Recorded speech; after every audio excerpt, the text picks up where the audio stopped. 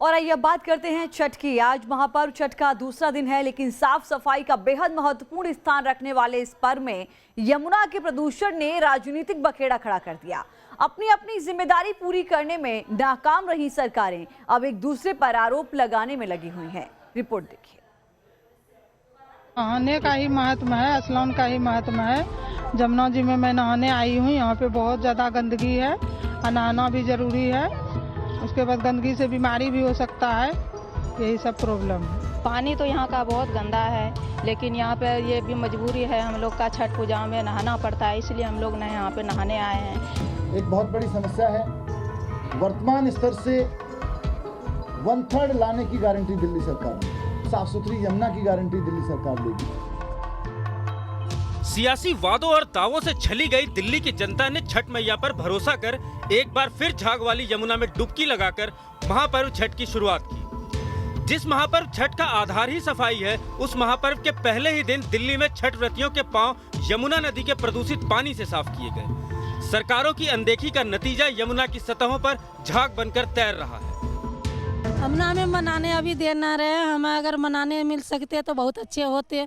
हम अपना व्यवस्था देखेंगे, कहाँ मनाना है, कहाँ पानी में खड़ा होना है, ये तो हमें करना ही है, क्योंकि इनकी से बढ़ के हमारे लिए कोई ना है। नहाने का ही महत्व है, स्नान का ही महत्व है। जमुना जी में मैं नहाने आई हूँ, यहाँ पे बहुत ज़्यादा गंदगी है, नहाना भी जरूरी है। उसके बाद गंदगी से बीमारी भी हो सकता है, यही सब प्रॉब्लम है। छठ व्रती अपने परिवार की सुख शांति और स्वास्थ्य के लिए 4 दिनों तक बेहद कठिन उपवास करती है, लेकिन विडंबना ऐसी कि पहले ही दिन व्रतियों को ऐसे पानी में डुबकी लगानी पड़ी जो अपने आप में बीमारियों का भंडार है। नहाने का ही महत्व है, स्नान का ही महत्व है। जमुना जी में मैं नहाने आई हूँ, यहाँ पे बहुत ज़्यादा गंदगी है, नहाना भी जरूरी है। उसके बाद गंदगी से बीमारी भी हो सकता है, यही सब प्रॉब्लम है। कैसा पानी तो यहाँ का बहुत गंदा है, लेकिन यहाँ पे ये भी मजबूरी है, हम लोग का छठ पूजा में नहाना पड़ता है, इसलिए हम लोग यहाँ पे नहाने आए हैं। हिंदू मान्यताओं के अनुसार यमुना को सूर्य की बेटी माना गया है। छठ में सूर्य की ही उपासना होती है, लेकिन अफसोस 7 राज्यों से गुजरने वाली इस नदी की तस्वीर कुछ ऐसी है। यमुना के बीचों बीच आए हैं ये मंजर दिखाने के लिए कि यमुना का पानी किस हद तक खराब हो चुका है, प्रदूषित हो चुका है। जहाँ तक नज़र जाती है वहाँ तक झाग ही झाग नज़र आते हैं, और पानी सैंपल के लिए हम निकालना चाहते हैं, और वो निकालना भी बेहद मुश्किल है, क्योंकि जैसे ही हम पानी भरने की कोशिश कर रहे हैं उसी टाइम पूरी झाग की लेयर आ जाती है और पानी निकालना भी बहुत मुश्किल हो जाता है। ताकि हम दिखा सके न्यूज़ नेशन के दर्शकों को, इस पानी का रंग देखिए, मटमैला पानी, और जिसमें छोटे छोटे से आप चीज़ें देख सकते हैं, ऐसे कण देख सकते हैं जो शायद आपको आंखों से भी नज़र आ रहे हों, लेकिन जब इसकी टेस्टिंग की जाएगी तो अलग अलग छोटे माइक्रो ऑर्गेनिज्म आपको नज़र आएंगे। बात यही नहीं रुकती। महापर्व छठ के पहले ही दिन हर साल की तरह इस साल भी राजनीति शुरू हो गई। विपक्षी पार्टी के नेता घाटों पर पहुंचे और दिल्ली सरकार को कटघरे में खड़ा कर दिया। ये इसके लिए ये दर्दनाक, शर्मनाक, ये सब शब्द छोटे पड़ जा रहे हैं। आज ये दृश्य देखने के बाद दिल्ली के लोग रो रहे हैं, लेकिन ये जान करके और भी दुख हो रहा है कि दिल्ली में छठ को यमुना तट बैन करके मूल ये कोशिश की गई कि ये दृश्य मीडिया को न दिखे। तो 7 साल से दिल्ली में सरकार चला रही आम आदमी पार्टी के नेता और जल बोर्ड के उपाध्यक्ष ने ठीकरा हरियाणा की बीजेपी सरकार पर फोड़ दी। ओखला बराज पर यमुना नदी में झाग, फोम नजर आ रही है, और साफ तौर पे नजर आ रहा है कि डिटर्जेंट्स के चलते, टॉक्सिक वेस्ट के चलते हमारी यमुना नदी ओखला बराज पर मैली हो गई है, गंदी हो गई है, और झाग बनकर उभरी और झाग नदी में तैर रही है।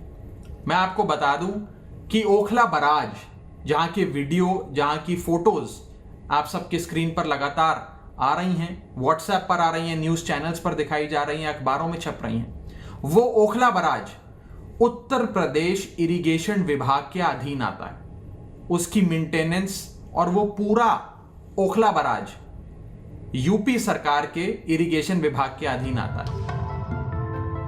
आम आदमी पार्टी इसके लिए दिल्ली के उपराज्यपाल और हरियाणा सरकार को दोष दे रही है, तो वहीं बीजेपी के सांसद दिल्ली के मुख्यमंत्री पर अनदेखी का आरोप लगा रहे हैं। मुझे लगता है कि वो जैसे मैंने कहा ना कि जब वो मुंह छुपाने के लिए अब कुछ बचा नहीं है। भाई दिल्ली में डीडीएमए के चेयरमैन एलजी साहब हैं, वो भाजपा के हैं। जमुना में जो पानी गंदा आ रहा है हरियाणा से आ रहा है, जहाँ भाजपा की सरकार है। ये जो घाटों पे घूम रहे हैं सांसद, वो भाजपा के हैं। जब तीनों भाजपा के हैं तो आपस में बात करके इसका समाधान क्यों नहीं निकाल रहे? अरविंद केजरीवाल जी की कमिटमेंट पूजा कराने की है और दिल्ली सरकार अपने कमिटमेंट के साथ दिल्ली के अंदर पूजा करा रही है। अरविंद केजरीवाल अपना पूरा प्रशासन भेज दे, अभी भी 2 दिन बाकी हैं। पूरा प्रशासन यहाँ पे साफ सफाई करवाए, यहाँ पे घाट बनाए, साफ पानी की व्यवस्था करे, तो ये कोई बात ही नहीं है। ये काम तो उन्हीं का है। ये तो ITO छठ घाट, इतना बड़ा छठ घाट है दिल्ली का, जहाँ पर हर साल लाखों लोग यहाँ पर आके अपना पर्व मनाते हैं। तो आज वो उसकी चिंता नहीं कर रहा। आज वो पंजाब भाग गए हैं, आज वो उत्तरांचल में चुनाव, तो आज दिल्ली की चिंता कौन करेगा? हमारे त्योहारों की चिंता कौन करेगा?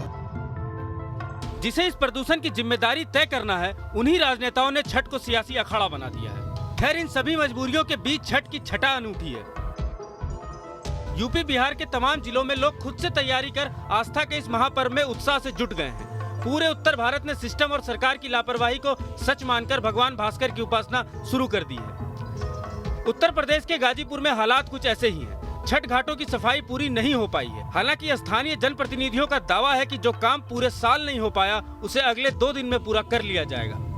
चंदौली में बेहद अनोखे तरीके से छठ की शुरुआत हुई। पहले ही दिन भगवान भास्कर के 7 घोड़ों को महिलाओं ने नगर भ्रमण कराया और गुड़ चने खिलाकर सुख समृद्धि की कामना की।